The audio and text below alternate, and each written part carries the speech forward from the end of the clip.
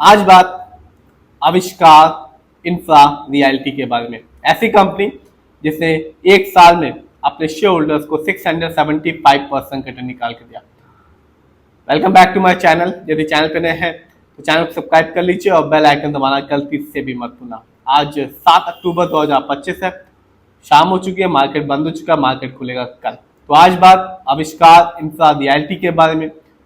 Short term और long term दोनों में इस कंपनी ने अपने शेयर होल्डर्स को माला माल किया। ये कंपनी रियल एस्टेट की कंपनी है और सस्टेनेबल प्रोजेक्ट्स को बनाती है, यानी कि फ्लैट्स को बनाती है और बेचती है। और आज के दिन यदि आप देखेंगे तो इस कंपनी का जो शेयर प्राइस है वो है 427 रुपीज 10 पैसे का। और आज इस कंपनी ने अपने शेयर होल्डर्स को 1.99% का रिटर्न निकाल कर दिया।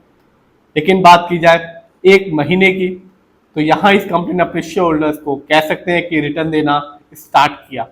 इस कंपनी ने एक महीने में अपने शेयर होल्डर्स को 42.58% रिटर्न निकाल के दिया। यानी कि आज से ठीक एक महीने पहले इस कंपनी का शेयर प्राइस मिल रहा था 299 का।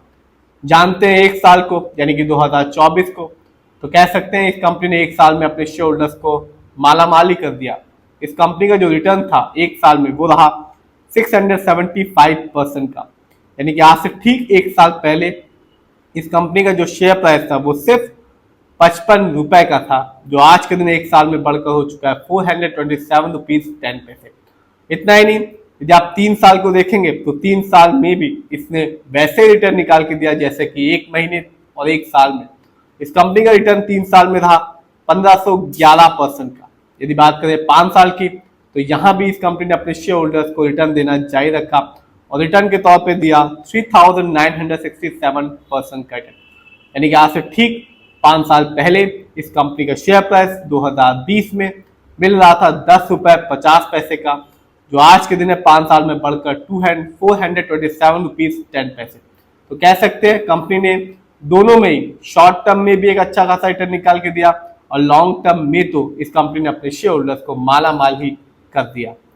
देखते हैं इस कंपनी के स्टॉक के परफॉर्मेंस को। तो एक साल में इस कंपनी का जो हाईएस्ट शेयर प्राइस गया वो गया 427 रुपीज 10 पैसे और जो लो शेयर प्राइस आया वो रहा 55 रुपीज 6 पैसे का।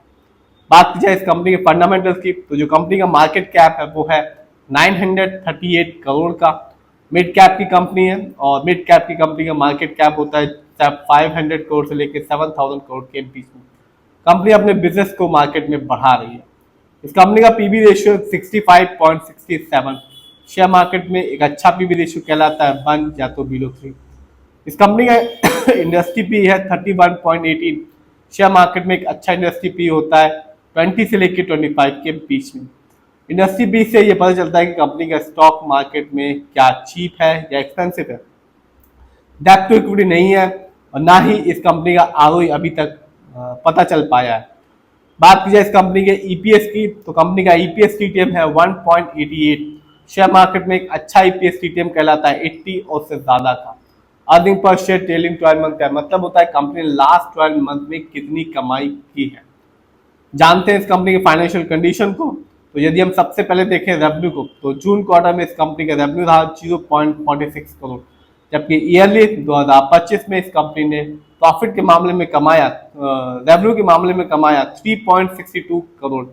बात की जाए प्रॉफिट की, तो जून क्वार्टर में इस कंपनी को कोई भी प्रॉफिट नहीं हुआ, कंपनी को लॉस उठाना पड़ा -0.51 करोड़। जबकि ईयरली देखें तो 2025 में इस कंपनी का ईयरली प्रॉफिट रहा 4.20 करोड़। जानते हैं इस कंपनी के नेटवर्क को, तो 2025 में इस कंपनी का जो नेटवर्क था वो था 14.16 करोड़ का। बात की जाए और देखा जाए इस कंपनी के शेयर होल्डिंग पैटर्न को, तो आप देख सकते हैं रिटेलर्स यानी कि हम लोग का पैसा इस कंपनी में सबसे ज्यादा लगा हुआ है, जिसका परसेंटेज है 65.31% का। जबकि दूसरे नंबर पे आता है प्रमोटर, यानी कि इस कंपनी के जो ओनर्स हैं उनका पैसा इस कंपनी में लगा हुआ है 34.69% का। तो कंपनी यदि हम रिटर्न को ही देखें तो ये कहा जा सकता है कि कंपनी अपने शेयर होल्डर्स को माला माल कर रही है, शॉर्ट टर्म में भी और लॉन्ग टर्म में भी। रिटर्न तो दे रही है लेकिन अभी फाइनेंशियल थोड़ा वीक है और फंडामेंटल्स में शेयर होल्डिंग ये बताता है कि रिटेलर्स का पैसा ज़्यादा लगा हुआ है और अभी इसका आरओई भी पता नहीं है और डेप्ट टू इक्विटी भी पता नहीं है और ईपीएस भी कम है। तो रिटर्न दे रही है, इस मायने में तो कंपनी अपने शेयर होल्डर्स को माला माल कर ही रही है। फिर भी आप जिस भी कंपनी के शेयर को खरीदें, खुद रिसर्च करें, एनालाइज करें, अपने फाइनेंशियल एडवाइजर की राय लें, फिर अपने पैसे को शेयर मार्केट में लगाएं।